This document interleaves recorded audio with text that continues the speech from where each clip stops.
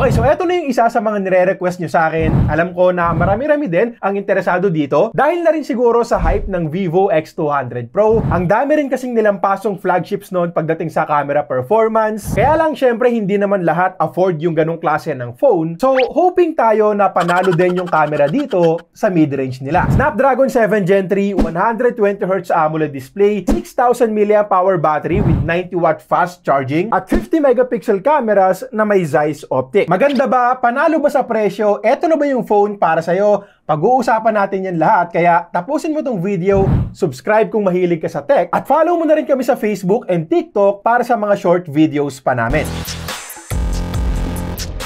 Okay, so alam ko naman na camera talaga ang gusto nyong makita dito at isusunod ko kaagad yan. Pakita ko lang muna sa inyo saglit yung build at design para hindi na rin natin balikan mamaya. Honestly, kapag naman V-series ng Vivo, usually pang sosyalin yung looks at ganun pa rin naman dito. Simple na elegante yung itsura. Nagustuhan ko rin yung camera module nila ngayon. Tapos sa colors, meron silang ino-offer na satin black, mist purple, at eto naman yung Ancora red na para sa akin ay ang pinakamaganda rin sa tatlo. Manipis tsaka magaan lang din. Actually, tulad nung V50 Lite nila, nakakamangha din sa akin na nakapaglagay sila ng 6,000 mAh battery sa ganitong kanipis na phone. Yes, silicon carbon battery, kaya naging posible yan. Komportable rin sa kamay dahil curve yung harap at likod. And by the way, plastic frames lang tayo, pero glass back panel naman, matte finish, hindi gaanong halata yung mga fingerprints natin dyan. May glass protection din para sa display, hindi nga lang from corning. Shield glass ang tawag ng Vivo dito at 50% tougher din daw yan kumpara sa glass protection ng last year's Vivo V40. At yes, meron din tayong IP68 and IP69 rating, so protektado rin yung phone natin sakaling malubog. Sa buhanginan, protektado rin yan. Pero, syempre, hanggat maaari, ingatan pa rin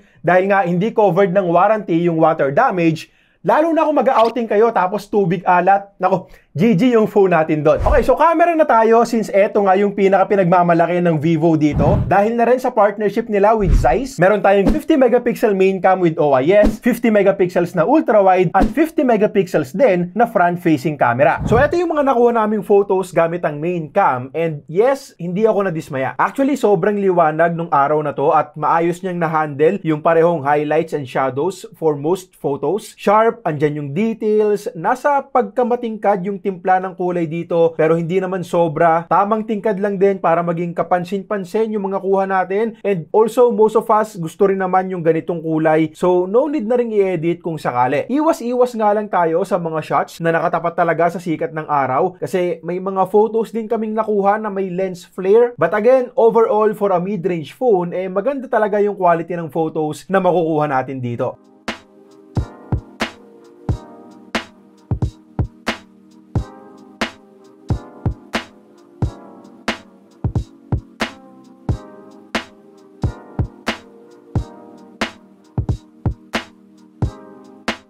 Ultra-wide camera is also good kung ikukumpara natin sa mga kakompetensyang phones. Expect nyo na may pagka-soft yung corners, but overall, pwedeng-pwede to for social media postings. At masasabi ko na, ito yung ultra-wide camera na magagamit mo talaga. Hindi siya tulad ng mga 8 megapixel ultra-wide cam na hindi mo na lang din gagamitin dahil alam mo na medyo semplang yung photo quality. Portrait shots natin, maganda rin. Sharp and detailed, natural-looking skin tones. Maganda yung edge detection, and sa shot na to, makikita nyo na nakuha niya pa rin ng maayos yung mga tikwas ng buhok. Maraming mga phones ang nahihirapan sa mga ganyan. However, take note na main cam lang din ang gamit natin dito since wala nga tayong telephoto camera. At yan naman yung nakikita kong kulang sa camera setup nitong Vivo V50. So kung mahilig kang mag-zoom-zoom, napunta ka ng mga concerts, mas maganda pa rin sana kung meron kang telephoto.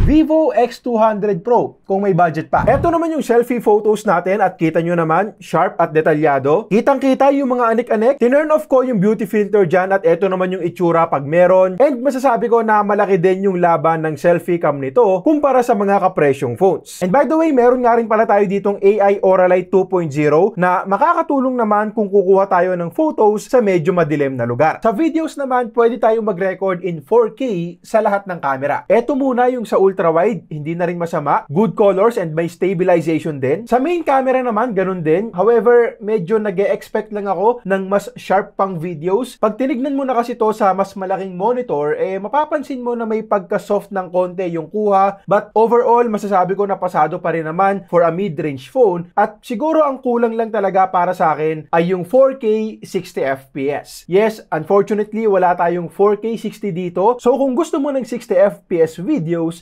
kailangan mong bumaba ng 1080p.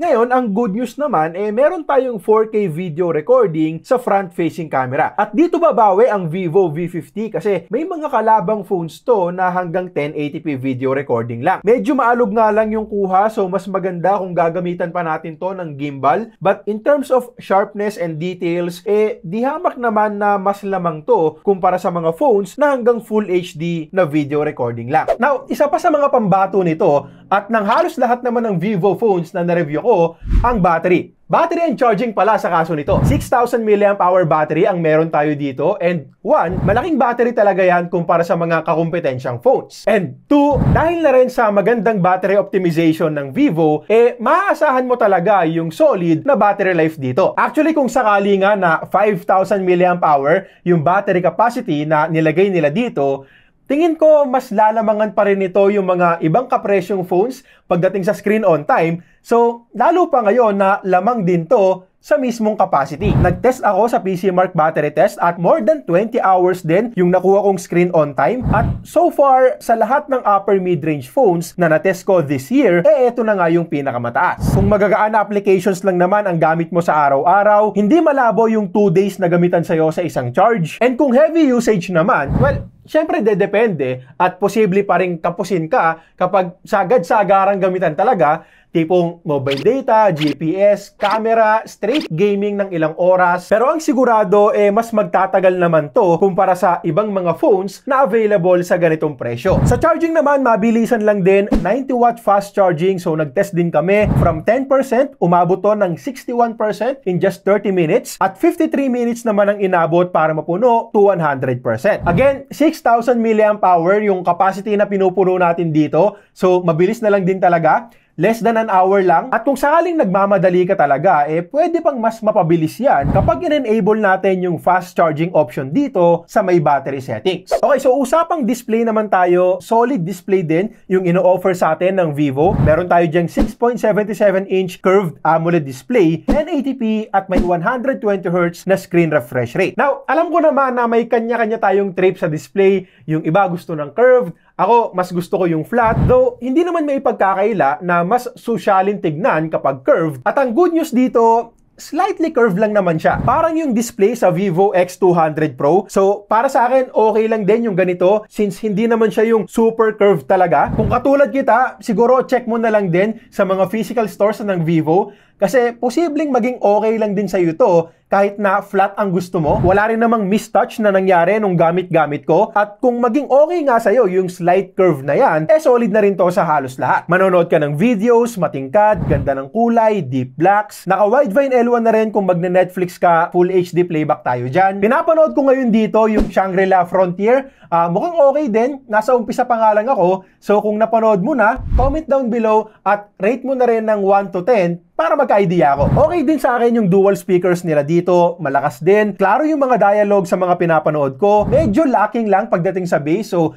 manage your expectations pa rin. Siyempre, iba pa rin yung quality ng speaker sa mga 60,000-80,000 pesos na phones. So, dito, masasabi ko na panapat lang din para sa presyo. Balik sa display, social media, Facebook browsing, very smooth din. High refresh rate na rin kasi. Hindi pa siya LTPO panel, but okay lang naman since maganda na rin yung resulta ng battery test natin kanina. Display brightness, panalo din, maliwanag, okay gamitin kahit outdoors, 1300 nits sa high brightness mode, tapos 4500 nits yung peak. Fingerprint scanner natin, medyo mababa yung placement, so mas komportable pa sana kung medyo itataas nila. But kung usapang bilis naman, mabilis lang ding makabasa ng fingerprints. FunTouch OS 15 based on Android 15 tayo pagdating sa software. Kung napanood mo rin yung video namin sa Vivo V50 Lite 5G, same comments lang naman ako dito. Good UI siya, user-friendly, user-friendly, madaling makasanayan. May konting bloatwares nga lang, may mga tinurn off din ako na notifications tulad nung sa V App Store na medyo makulit. Pinalitan ko rin yung keyboard ko ng Gboard. Personal preference ko lang din naman kasi papalit-palit nga ako ng phone, iba-ibang brand, iba-ibang keyboard. Wala kaming pakialam!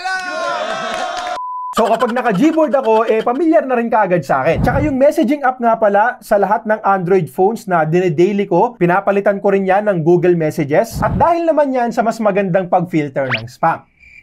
Hindi ang spam na yan, pre. Ang gulo mo magpaliwanag. AI features, meron na rin naman tayo dito. Google Gemini, Circle to Search, transcription, translation, at meron din for photo editing like AI Eraser. Tapos pagdating naman sa software support, bibigyan daw tayo ng Vivo ng 3 major Android upgrades at 4 years na security patches. Usapang performance, 4nm Snapdragon 7 Gen 3 yung gamit na chipset, hanggang 12 gigs yung RAM na may extended option din, at hanggang half a terabyte naman yung internal storage. Ang Tutu benchmark score natin ay umabot din ng more than 800k. So, kung usapang everyday apps, kayang-kaya yan. Multitasking, pwedeng-pwede rin. At para naman sa mga gamers dyan, sumubok ulit tayo ng tatlo. Mobile Legends natin may ultra graphics and super frame rates, but nililimit pa rin ng Vivo. Hanggang 60 FPS lang tayo dito, and syempre, kaya naman yung sagad dyan, 60 FPS average. Call of Duty Mobile, available naman ang 90 FPS sa parehong MP and BR modes. Kayang-kaya din ang 90 FPS average. Tapos sa Genshin Impact, hinayaan ko na lang to sa default low settings since pang malakasang chipset na yung high. Makikita nyo na may mga frame drops pa rin tayo dito, but playable pa rin naman at nakakuha tayo ng average 44 FPS. Sa thermals, maganda rin yung nakita namin. Hindi umabot ng 40 degrees sa Mobile Legends and CODM. Tapos nasa 41 degrees lang din yung max temperature sa Genshin Impact, which is warm pero normal pa rin naman sa ganitong klase ng laro. Other features pa bago tayo magtapos. Haptic feedback is not the best but hindi na rin naman ganun kasama. Okay vibration na rin, and by the way, naka-turn off nga pala yan by default. So in-enable ko na lang din. Naka Wi-Fi 6 at naging maganda yung resulta ng speed test natin. Sinubukan ko rin mag-mobile data sa labas and goods din. Naka 200 Mbps ako. Wala rin akong na-encounter na problema sa signal habang gamit ko. Actually, pinagmamalaki din nila yung signal strength dito with their AI Superlink. Yun nga lang, nakakapagtaka na wala pa tong support for eSIM. Actually, Vivo ang isa sa mga inaasahan ko na maglalagay ka agad yan sa ganitong klase ng phones. So, take note na lang din. At para sa mga magtatanong kung okay ba to for video calls, tinest ko rin to sa Messenger at all goods din naman. Okay, so available na itong Vivo V50 5G online.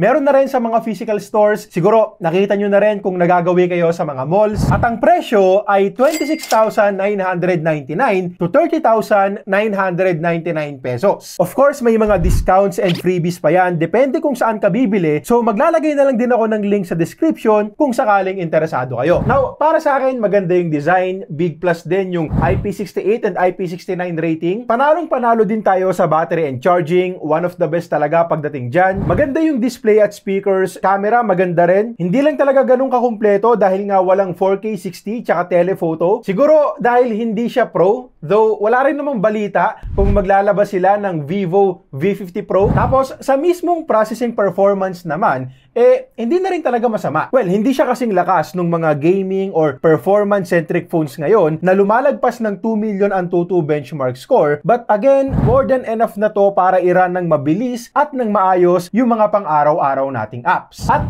yun lang naman talaga ang plano ng Vivo dito since hindi naman gamers ang target nila. Para to sa mga naghahanap ng balancing phone. And kung tatanungin ako, maganda rin talaga yung pagkakabalansin nila dito. Hindi siya perfect, may mga nakita tayong kulang, but masasabi ko na hindi na tayo talo sa ino-offer ng Vivo dito. Okay, so yun lang muna para sa ngayon. Kung nakatulong tong video, subscribe. Comment mo na rin kung anong tingin mo sa phone na to, at kung naghahanap ka ng mas malupit pang camera, panoorin mo tong review ko sa Vivo X200 Pro.